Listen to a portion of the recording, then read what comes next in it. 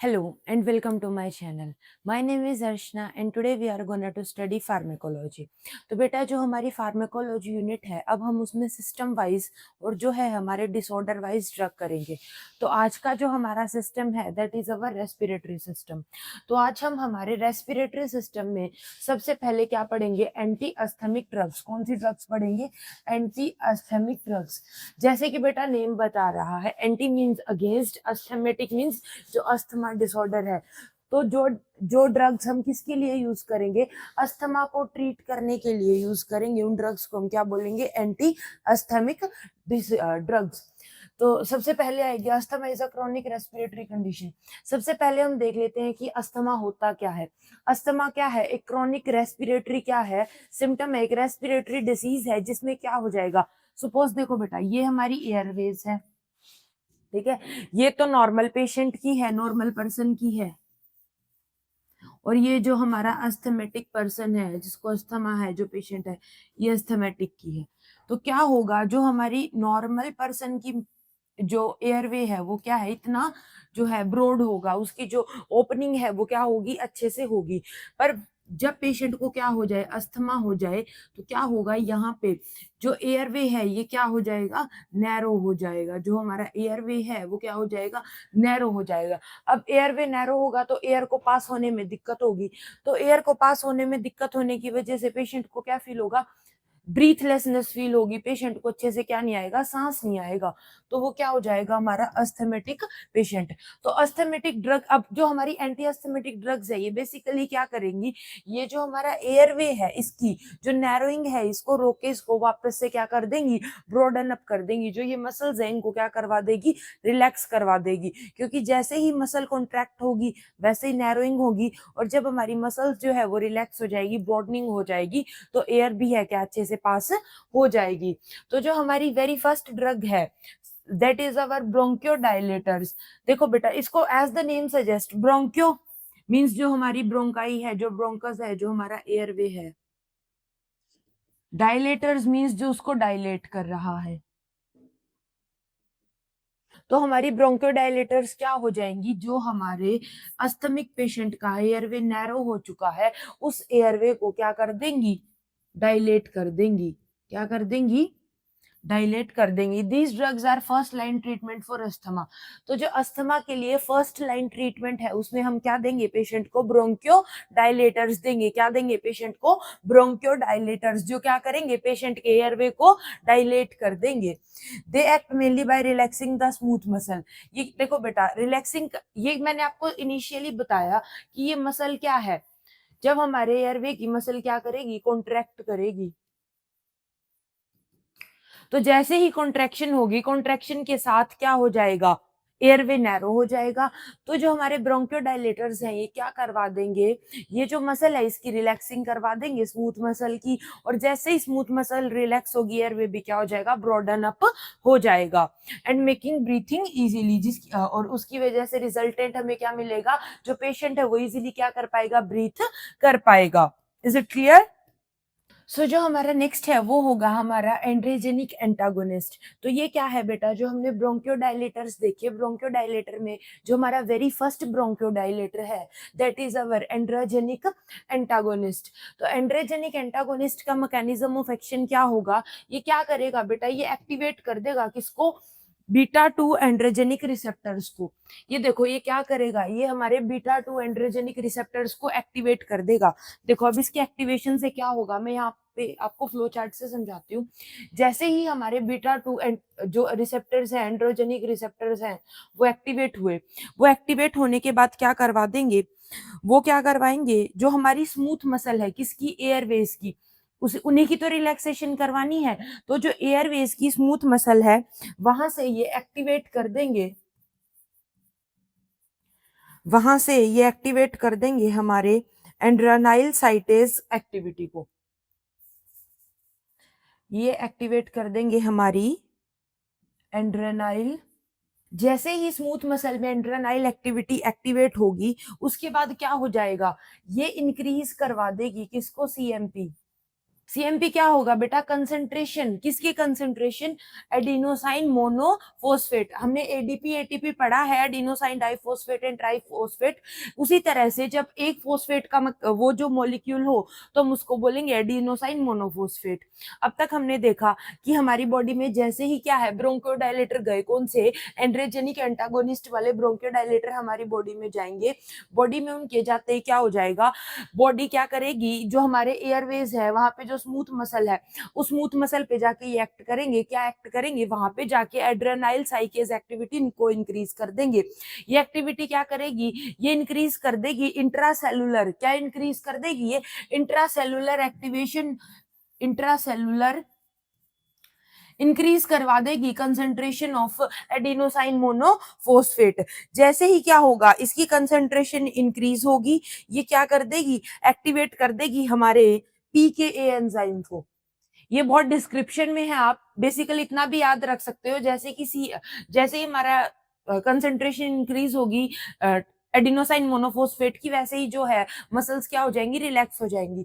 पर अगर हम इसको डिटेल में पढ़े तो क्या आएगा, देखो बेटा, जैसे ही क्या होगा, इंक्रीज होगी कंसंट्रेशन हमारे एडिनोसाइन मोनोफॉस्फेट की, इसकी कंसंट्रेशन इंक्रीज होते ही हमारे जो सेल्स हैं, किसके, एयरवेज के, स्मूथ मसल के जो सेल्स हैं, वो क्या रिलीज कर देंगे, वो रिलीज करेंगे एक special enzyme which is our pKa. PKa होगा बेटा हमारा प्रोटीन काइनेज।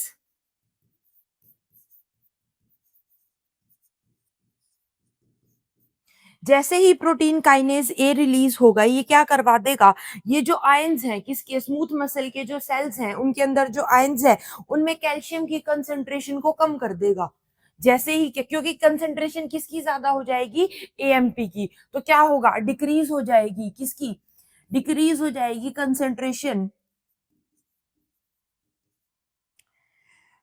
आयनिक कैल्शियम कंसंट्रेशन जो है वो क्या हो जाएगी, कम हो जाएगी। उसके बाद क्या होगा, कंसंट्रेशन क्या हो रही है, डिक्रीज हो रही है।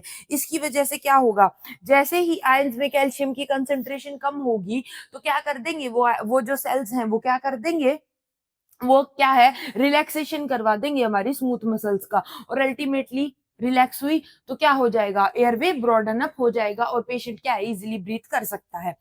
एक बार फिर से रिव्यू कर लेते हैं फटाफट कि क्या इसका मैकेनिज्म है।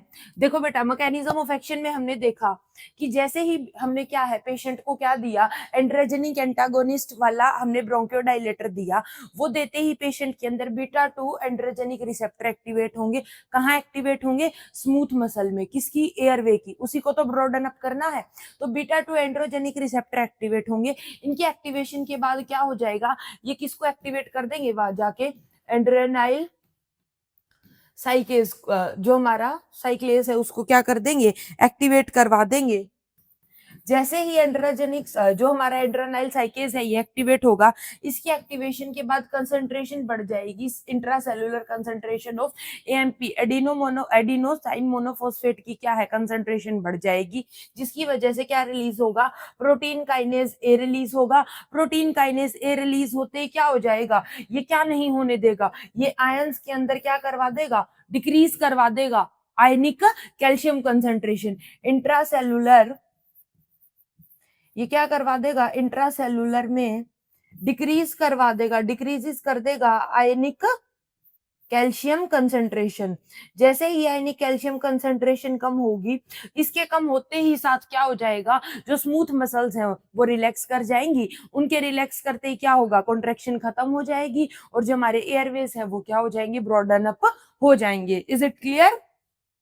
नेक्स्ट आ जाए, नेक्स्ट होगा बेटा इसके एग्जांपल। एग्जांपल में हमारी जो आइडियली हम पेशेंट को देते हैं दैट इज अवर सल्बेक्टामोल। उसके बाद जो टर्ब्यूटामाइन है ये भी पेशेंट को दी जाती है, पर फर्स्ट जो ड्रग है दैट इज अवर सल्बेक्टामोल।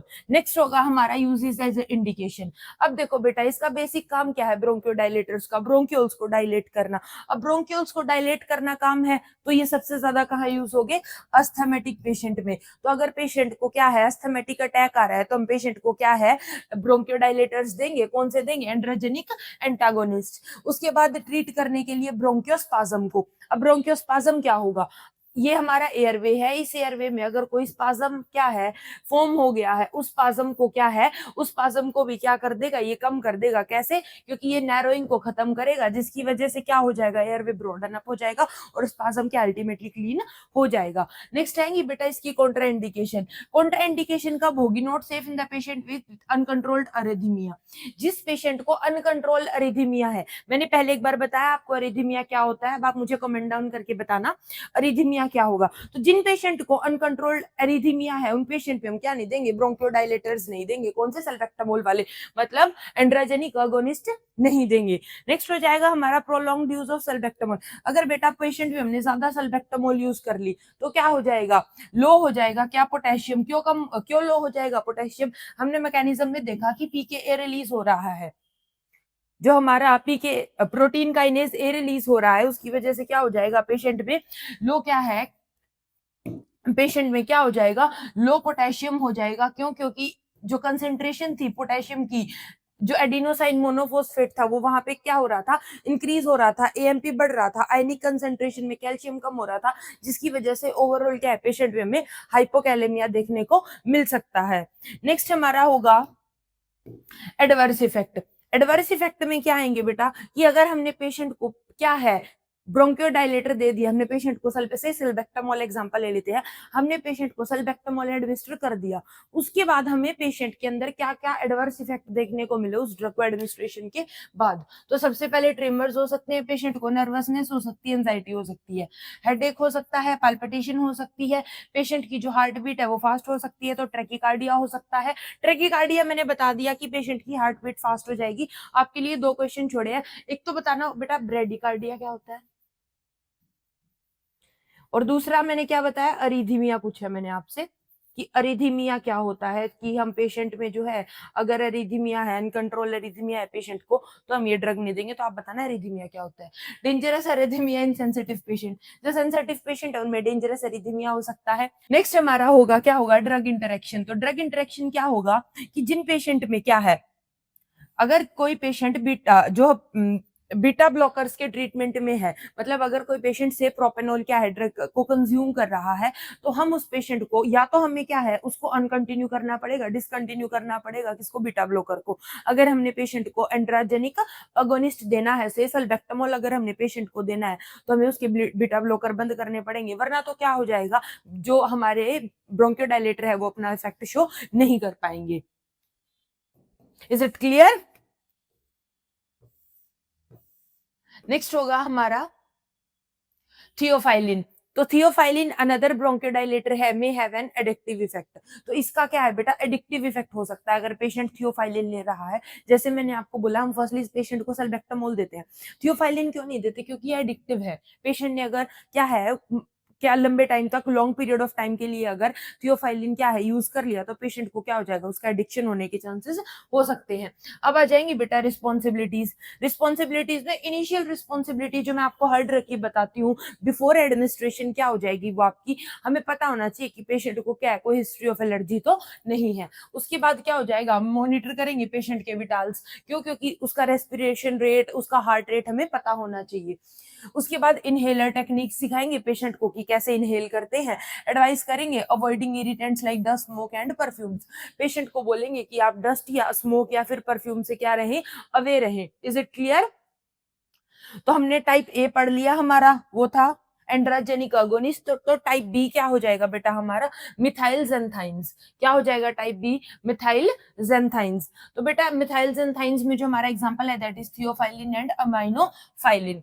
तो इसका मैकेनिज्म ऑफ एक्शन क्या है, माइल्ड स्टिमुलेंट ऑफ सीएनएस। जो ये भी क्या करेगा बेटा, ये हमारे सेंट्रल नर्वस सिस्टम पे जाके अटैक, मतलब सीधा क्या है, अटैक करेगा। सेंट्रल नर्वस सिस्टम पे जाके बहुत माइल्ड सा असर करेगा, बहुत हल्का सा अटैक करेगा, but strong bronchial smooth muscle relaxant. CNS को क्या है, हल्का सा इफेक्ट करेगा, पर जो हमारी स्मूथ मसल है किसकी, एयरवे की, उसको अच्छे से क्या है, रिलैक्स करने के कैपेबल है। क्या है, इंप्रूव करता है डायफ्राग्राम जो हमारा डायफ्राग्राम कॉन्ट्रैक्ट हो रहा है, रिलैक्स हो रहा है, उसकी कॉन्ट्राबिलिटी को क्या करेगा, इंप्रूव करेगा, जिसकी वजह से जो एयरवे रेजिस्टेंस है वो क्या हो जाएगी, कम हो जाएगी। एयरवे रेजिस्टेंस कम होगी तो अल्टीमेटली एयर क्या है, अच्छे से पास हो पाएगी। Has diuretic effect. इसके अलावा इसका क्या इफेक्ट है, डायूरेटिक। डायूरेटिक का मतलब क्या है, एक्सेस क्या है, यूरिन पास आउट होगा पेशेंट में, एक्सेसिव क्या होगा पेशेंट में, यूरिन क्या है पास आउट होगा अगर पेशेंट ने क्या लिया है, मिथाइल ज़ैंथाइन ब्रोंकियोडाइलेटर्स पेशेंट को हमने एडमिनिस्टर किए हैं। नेक्स्ट हो जाएगा बेटा यूजेस एंड इंडिकेशन। यूजेस और इंडिकेशन में क्या आ रहा है, स्मूथ मसल की क्या करवा रहा है, रिलैक्सेशन करवा रहा है एयरवे की, तो कहाँ देंगे, अस्थमा में पेशेंट को क्या है हम देंगे। उसके अलावा ब्रोंकियोस्पाज्म में देंगे, ब्रोंकाइटिस में भी देंगे, एम्फाइसीमा में भी क्या है हम पेशेंट को जो है मिथाइल ज़ैंथाइन एडमिनिस्टर कर सकते हैं। उसके बाद आ जाएंगे बेटा कॉन्ट्राइंडिकेशन। कॉन्ट्राइंडिकेशन में वेरी फर्स्ट कॉन्ट्राइंडिकेशन क्या होती है, हिस्ट्री ऑफ एलर्जी की पेशेंट को क्या है ज़ैंथाइन से ही एलर्जी ना हो। नेक्स्ट आ जाएगा अवॉइड करेंगे पेशेंट में जिनको क्या है with renal irritation, rectal irritation if suppository is used.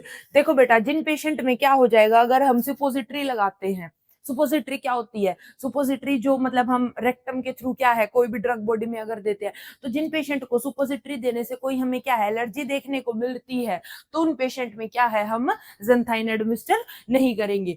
Use करेंगे क्वेश्चनली ध्यान से इन एल्डर, नियोनेट्स, हार्ट और लिवर डिजीज, मतलब जो बुजुर्ग हैं उनमें और जो नियोनेट्स हैं छोटे बच्चे हैं इन्फेंट्स हैं उनमें, और हार्ट या फिर लिवर डिजीज है उन पेशेंट में क्या है हम थोड़ा सा ध्यान से जो है ज़ैंथाइन एडमिनिस्टर करेंगे।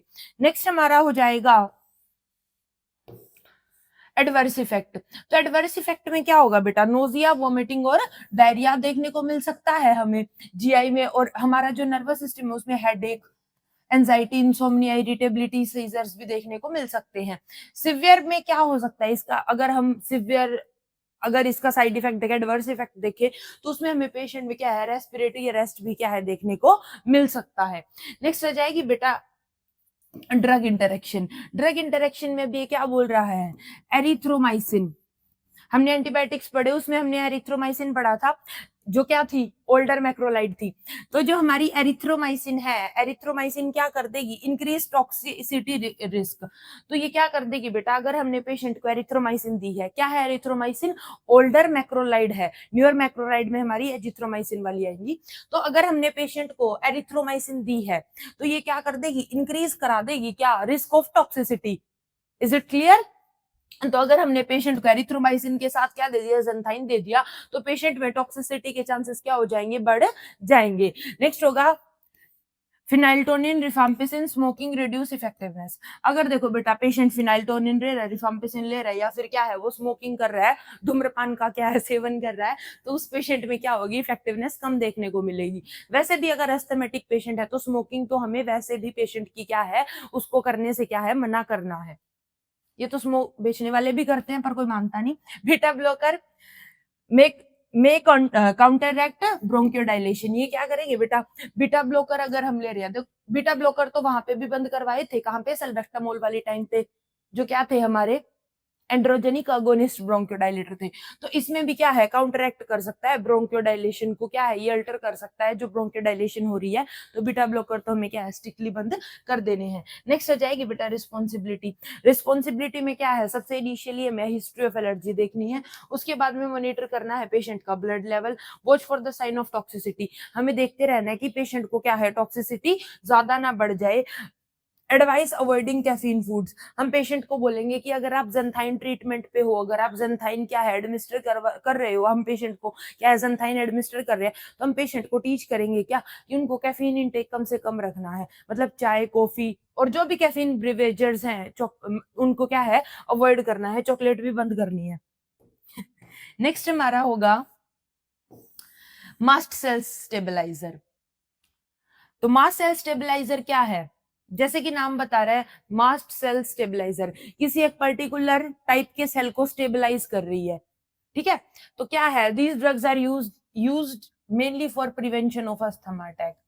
तो देखो बेटा इनको ट्रीटमेंट के लिए तो यूज नहीं कर सकते पर इनको प्रोफाइलैक्सिस के लिए यूज कर सकते हैं, मतलब पेशेंट को अगर अस्थमेटिक अटैक से हमें बचाना है तो हम क्या देंगे पेशेंट को, मास्ट सेल स्टेबलाइजर देंगे।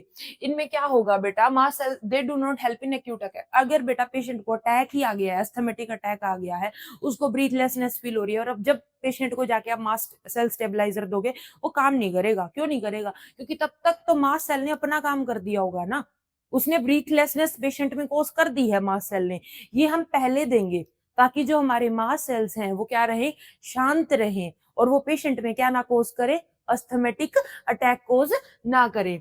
मैकेनिज्म ऑफ एक्शन में क्या आएगा, ये क्या करते हैं, स्टेबलाइज करते हैं किसको, मास्ट सेल को। यही मैंने बोला कि ये नाम बता रहा है मास्ट सेल को स्टेबलाइज करने वाले हैं। प्रिवेंट करेंगे रिलीज ऑफ इन्फ्लामेटरी मीडिएटर्स। तो देखो बेटा, जो हमारी बॉडी में इन्फ्लामेटरी मीडिएटर्स होते हैं जो इन्फ्लामेशन को कोज करते हैं, से हिस्टामिन होता है हमारा, प्रोस्टाग्लैंडोन्स होता है, ल्यूकोट्राइनिन्स होता है, तो ये क्या करते हैं, इन्फ्लामेशन कोज करवाते हैं, जिसकी वजह से पेशेंट की क्या है, जो एयरवे है वो क्या हो जाएगी, नैरो हो जाती है और पेशेंट को अस्थमेटिक अटैक आते हैं। तो मास्ट सेल स्टेबलाइजर क्या करेगा, ये रूट पे काम कर रहा है बेटा, ये उन सेल्स को ही क्या रखेगा, शांत रखेगा मास्ट सेल को, ताकि वो क्या ना करवा सके, हिस्टामिन प्रोस्टाग्लैंडिन को क्या है, रिलीज ना करवा सके और पेशेंट क्या है, अच्छे से सांस ले पाए। नेक्स्ट हमारा होगा यूजेस एंड इंडिकेशन। अब यूजेस देखो बेटा, अभी बताया मास्ट सेल को शांत करने के लिए तो प्रिवेंशन ऑफ अस्थमा, कंट्रोल करेंगे एलर्जिक कंडीशन को। अब इन्फ्लामेशन हो रही है बॉडी में, हिस्टामिन रिलीज हो रहा है, तो एलर्जी भी तो होगी, तो ये क्या करेंगे, अगर हिस्टामिन अगर उसके रिलीज को बंद करेंगे तो एलर्जिक में भी हम दे सकते हैं, तो कंट्रोल करेंगे एलर्जिक कंडीशन को। नेक्स्ट हमारा होगा रिड्यूस करेंगे इन्फ्लामेशन एंड ब्रोंकियोस्पाज्म को। अब इन्फ्लामेशन होने वाले केमिकल को ही अगर प्रोड्यूस नहीं होने देंगे तो इन्फ्लामेशन भी नहीं होगी। ये तो वो बात हो गई ना कि अगर हमने गेहूं लगाया ही नहीं तो गेहूं की रोटी कैसे खाएंगे, तो अगर हम इन्हीं को स्टेबलाइज कर देंगे, ये बॉडी में होंगे ही नहीं, तो फिर रिएक्शन भी नहीं होगी। नेक्स्ट हमारा आएगा बेटा कॉन्ट्राइंडिकेशन। कॉन्ट्राइंडिकेशन में सबसे पहले क्या होगा, हम देखेंगे पेशेंट में एलर्जी हिस्ट्री तो नहीं है, हाइपर सेंसिटिविटी तो नहीं हो रही पेशेंट में। हाइपर सेंसिटिविटी कहां से कहां तक हो सकती है, mild rash to severe anaphylactic shock तक हो सकती है। Use with caution in patients with kidney disease, जिन पेशेंट को क्या है, किडनी डिसीज है, उनमें ध्यान से यूज करेंगे। जिनको अरिथमिया की दिक्कत है उनमें भी ध्यान से यूज करेंगे। लैक्टेटिंग मदर, जो क्या है बच्चे को क्या है फीड कर रही है, लैक्टेशन कर रही है, उन मदर्स में भी क्या है हम ध्यान से या फिर बहुत मतलब प्रिकॉशंस यूज करके ही एडमिनिस्टर करेंगे। नेक्स्ट हमारा आएगा बेटा एडवर्स इफेक्ट। एडवर्स इफेक्ट में क्या हो सकता है, थ्रोट में इरिटेशन हो सकती है, नेसल इरिटेशन हो सकती है, पेशेंट को हेडेक हो सकता है, डिजीनेस हो सकती है, डोजीनेस हो सकता है। रेयर में क्या है, बहुत जो रेयर देखने को मिलेगा वो होगा बेटा हमारा weight gain and dry mouth. तो पेशेंट पे क्या है, हमें एकदम वेट गेन भी देखने को मिल सकता है अगर प्रोलॉन्ग मतलब लॉन्ग पीरियड ऑफ टाइम के लिए अगर हमने यूज कर लिया। उसके बाद क्या है, ड्राई माउथ की भी जो है प्रॉब्लम हो सकती है। कल की हम क्लास में करेंगे हमारे कोर्टिकोस्टेरॉइड जो हमारे एंटी इंफ्लामेटरी ड्रग्स हैं। तब तक के लिए गुड बाय, टाटा।